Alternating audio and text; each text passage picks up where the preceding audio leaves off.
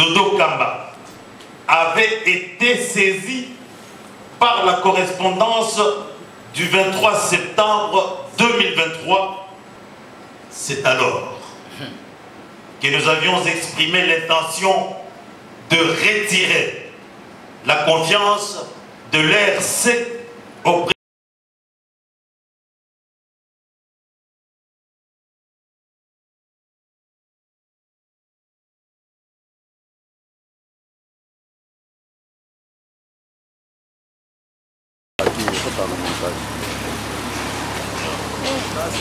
l'archevêque général Albert Tangueza, mon amour, il est là. Le père de l'église. Troisième voie.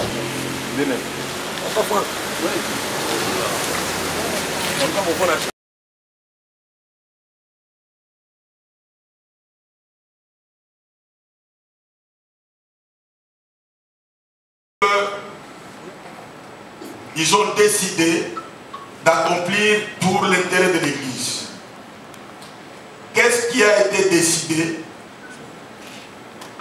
Il y a eu plusieurs personnes qui ont souhaité que les pères fondateurs, les personnalités de l'Église du Réveil, les membres effectifs signataires des statuts puissent avoir le temps de prendre langue avec le président évêque général, son éminence Dodo Kamba, et lui dire ce qu'ils avaient prévu de faire. C'était pour éviter que notre rencontre ne soit une rencontre irrégulière, une rencontre sans fondement et une rencontre en dehors de ce que l'Église reconnaît comme principe. En arrivant sur place, à 21h14, la rencontre a commencé. Le médiateur de circonstance, c'est par qui le contact a été établi entre l'évêque général de Dodo Kamba et le fondateur, le père fondateur, les membres effectifs qui était en commission d'analyse du traitement de la situation de l'Église du Réveil, a pris la parole. Il s'agit, nous avions deux médiateurs. L'évêque Ejiba Yamapia, évariste, honorable, et l'évêque Kajamarka Bafoulé, le vice-président de l'Église du Réveil dans ce comité de l'évêque général de Dodo Kamba. La première a été laissée à l'honorable pour qu'il puisse assurer la facilitation et la modération de la rencontre. Après avoir expliqué les circonstances, après avoir expliqué le travail qui a été fait, après avoir expliqué toutes les choses, en considérant que l'Église a un malaise qui peut être considéré comme une crise et qu'on ne peut pas laisser l'Église aller de cette manière-là, le fondateur, sous la direction de notre premier président, honoraire l'archevêque général Albert Tangueza Monambo, Jean-Jacques, nous avions estimé qu'on devait faire l'analyse sur l'Église. De cette analyse, il y a eu beaucoup de choses qui ont été relevées, que l'on a considérées comme mauvaise gestion de l'affaire de Dieu. Et on a estimé que ces choses n'ont pas été traitées à cause d'un dysfonctionnement. Et le dysfonctionnement était lié au fait que le statut qui se retrouve être la Constitution, l'acte fondateur de l'Église Réveil, avait été revisé. Et beaucoup de personnes se posent la question pourquoi 3 ans après? Parce que les statuts ont été toujours gardés secrets et cachés et tout le monde ne les avait jamais vus. Il n'y a que quelques jours, il y a quelques jours seulement que les gens ont découvert. Et la découverte a été grave. qu'est-ce qui a été découvert? Que l'histoire a été effacée. L'histoire dans le préambule de ces statuts. On pourrait donc vous le donner pour ceux qui ont besoin de voir, notamment les journalistes. On vous montrera le préambule de ces deux statuts, les statuts originels, qui reprend les noms de fondateurs parce que l'histoire ne peut pas être cachée. Et le nouveau statut triché, on a enlevé tous les noms. Ce qui est encore grave, la catégorie des membres de l'église du réveil, il y en avait 3 catégories. Le membre fondateur, le membre effectif et le membre appelé jadis adhérent, mais que l'église du réveil a pu identifier par le terme membre associé. Et dans le nouveau statut, la catégorie de membres fondateurs a été enlevée. Je vous épargne le détail parce que dans les termes de référence, pendant que l'évêque Mika y prendra la parole, il va vous le présenter. Et c'est ainsi qu'après avoir présenté ces faits, la parole a été donnée à l'évêque général pour rencontrer nos préoccupations, qui étaient consignées dans la lettre, qui reprenait 9 griefs. En dehors de 3 points liés au statut, 6, ce sont des points liés à la mauvaise gestion et des affaires institutionnelles et de l'argent et des ambitions. Alors, les autres points, nous vous les épargnons parce que parmi nous, il y a des gens qui aiment bien l'église, qui ne peuvent pas croire que ces choses peuvent être dans l'église. Ces choses-là, l'évêque général a réservé une fin de non-réception. Il a refusé de recevoir, il a refusé de traiter ces situations. Il a dit, vous êtes venus, je vous ai fait venir, ce qui a énervé le fondateur pour dire, vous ne nous avez pas convoqués, c'est nous qui avons demandé de vous voir pour vous notifier, vous dites de vive voix que nous avons une décision que nous devons prendre demain, samedi le 14, à votre endroit.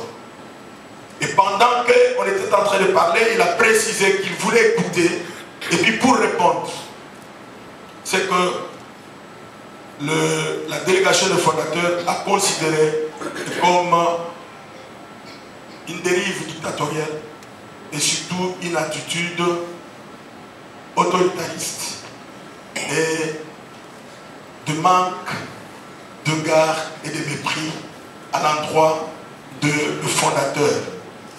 Et quand la parole a été donnée à l'archevêque général Paquet Damanambo, qui était le conducteur de la délégation, il a fait voir que nous n'étions pas des élèves venus pour recevoir des leçons, nous étions venus pour vous exprimer les choses précises à cause des statuts que nous voulons qu'ils puissent être rétablis. Nous n'avons pas la décision de vous changer ni de vous faire partir. Et que les statuts devaient être changés. Et ensuite, nous devions connaître vos réponses. Comme le temps de Mobutu, c'est avec Mouzé Kabila Otenika, nous pouvons, comme journalistes, constater que la rencontre a échoué et nous n'avons pas eu la conclusion. Pourquoi? Parce que le donneur de leçons nous a fait savoir que toute tentative, tout ce qu'il peut faire, enlever les noms, changer ou mettre quelqu'un d'autre, vous allez rencontrer la justice. Je vais vous faire arrêter et je vais prouver que vous n'êtes pas en train de marcher selon l'ordre. Il y a un cadre prévu et le cadre prévu, c'est lui-même qui devait le définir. Même nous tous tels que nous étions là, tout le monde ne pouvait pas entrer. Devant cette dérive, cette confusion, nous ne pouvions pas continuer pour montrer les effets de la mauvaise gestion parce que les éléments que les autres confessions religieuses reprochent à notre président font la honte pour l'église du réveil qui ne peut pas accepter et que le nom de l'église du réveil soit traîné dans la boue. Nous vous épargnons les détails et les journalistes qui en voudraient, nous les présenterons pour qu'ils puissent voir.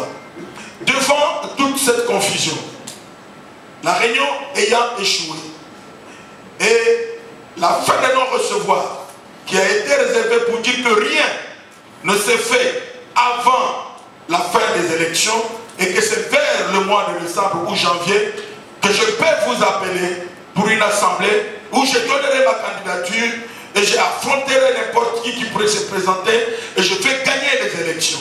Comme si l'église du réveil n'avait que ce seul mode. Et l'église du réveil n'a jamais aussi organisé des élections. L'église du réveil, c'est une église de Dieu et qui marche sur base de consensus et il faut voir l'intérêt de Dieu. Et c'est ainsi que l'église du réveil, n'étant pas une église qui subit les dictats de l'extérieur, ça veut dire de l'impérialisme de l'Europe ou des États-Unis, c'est l'église autochtone telle que nous sommes comme ça, et que les gens qui décident, c'est nous qui sommes pères fondateurs qui décidons, tels qu'ils étaient là. L'évêque Pascal Mukuna a dit à l'évêque général que tu ne mérites pas de diriger l'église. Notre très bien, à dater de ce jour, nous t'avons retiré la confiance.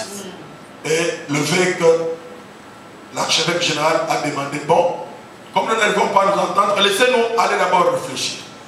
Mais au lieu de nous laisser partir, parce que nous étions à 23h46, l'évêque général, donneur de leçons, a pris 1 heure encore pour parler. Et on est allé jusqu'à 1h16, où finalement le chef de la délégation a dit que comme nous faisons un discours de sourds et qu'il n'y a rien qui peut se faire, nous sortons sur un seul point, que l'église du réveil n'existe pas pour recevoir les instructions ni les orientations, c'est nous-mêmes qui décidons. Et la décision vous sera présentée tout à l'heure dans la déclaration qui sera lue par l'archevêque Dieudonné Kaneta. Et après cette déclaration, l'archevêque général Albert Kedamanambo Jean-Jacques prendra la parole pour entériner la décision des autres et la déclaration des membres fondateurs, des personnalités, des membres effectifs signée par 9 membres fondateurs et personnalités et qui sont ici va vous être lue et la conclusion pourra donc intervenir que nous vous avons donné de la réunion d'hier. Nous pouvons faire comme dans le Parlement. Si vous êtes d'accord que ce compte rendu nous permette de pousser à la suite des événements, vous pouvez lever la main.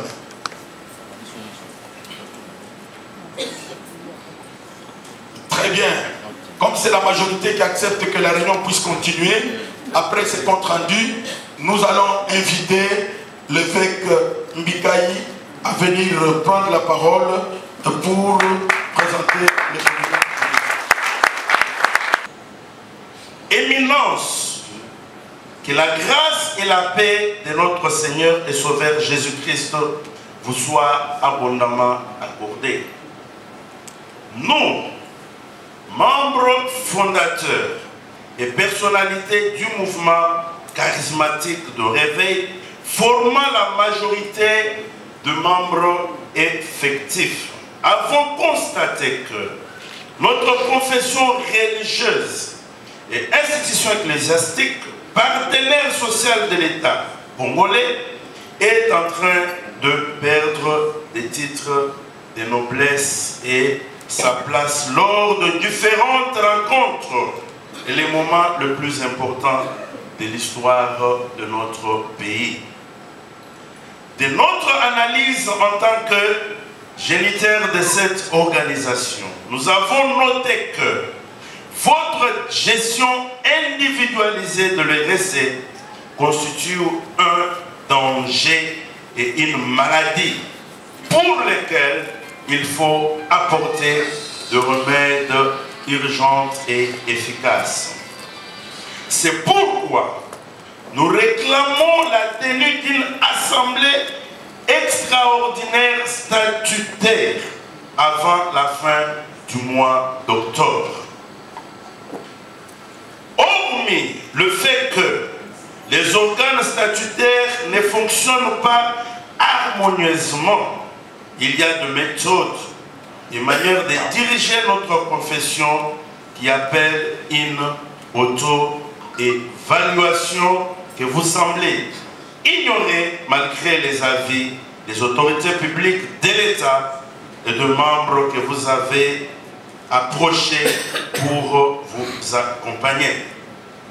Faute aurait fait de consolider l'unité dans la diversité pour redonner à l'ERC ce titre de noblesse et redorer l'image ternie par les conflits d'intérêts individuels encouragés par la résilience des membres fondateurs à leur sort imposé par l'exclusion que vous avez opérée dans la catégorie de membres dans les statuts. Nous avons pensé que, malgré certains faits qui vous sont approchés, une assemblée extraordinaire statutaire remettra de l'ordre dans la gestion de notre institution. Pour votre gouvernement, nous avons relevé quelques faits qui nous obligent à avoir des textes bien élaborés et respectés par tous pour envisager la redynamisation et restauration de l'ERC. Il a été noté ce qui suit. 1. La révision frauduleuse des textes statutaires. Les textes utilisés actuellement ne sont connus officiellement de personnes et ils sont falsifiés. Ils ignorent ou excluent la catégorie de membres fondateurs. 2. Manque de plan d'action institutionnel. Aucun chronogramme qui ne montre pas où commencer et ce qu'il faut faire. Après les conflits avec les comités précédents, vous n'avez établi qu'un seul comité au site Kivu, moyennant paiement des espèces sonnantes, pratique jamais exercée au sein de l'ERC pour le province. Tandis que pour les autres provinces, vous utilisez les révérends bravos conseillers spéciaux pour faire la commission en lieu et place de tous les autres. 3. Inadéquation entre statut et règlement d'ordre intérieur. Les postes de direction et d'administration qui sont dans les statuts ne correspondent pas aux fonctions qui sont dans le règlement d'ordre intérieur. Et l'arrêté vous établissant représentant légal qui ne concerne que le président de l'ERC, ignorant les autres organes de direction. Privatisation, la 4, privatisation des organes statutaires et paralysie des structures institutionnelles. Un désordre institutionnel est établi en votre qualité de représentant légal. Vous êtes l'homme seul à tout faire et l'ERC est réduite à une cellule de votre communauté. Les conseils des sages, organes consultatifs et désarmés. Aucune session depuis le début du mandat. Les conseils exécutifs de fait et conseils des évêques inexistants et non installés sont remplacés par Révérend Bravo qui fait tout à telle enseigne que la réunion de la commission statutaire promise avant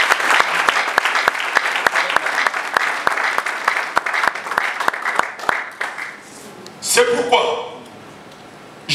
demander aux fondateurs de s'assurer, de prendre leur charge. Là où nous devons partir, s'il faut que je me justifie, je vais me justifier. Maintenant, on continue. C'est le moment où le fondateur, après m'avoir appelé et interrogé, je me suis aussi justifié et la déclaration a été faite. Si vous acceptez que je puisse maintenant appeler directement du haut de cette chaîne,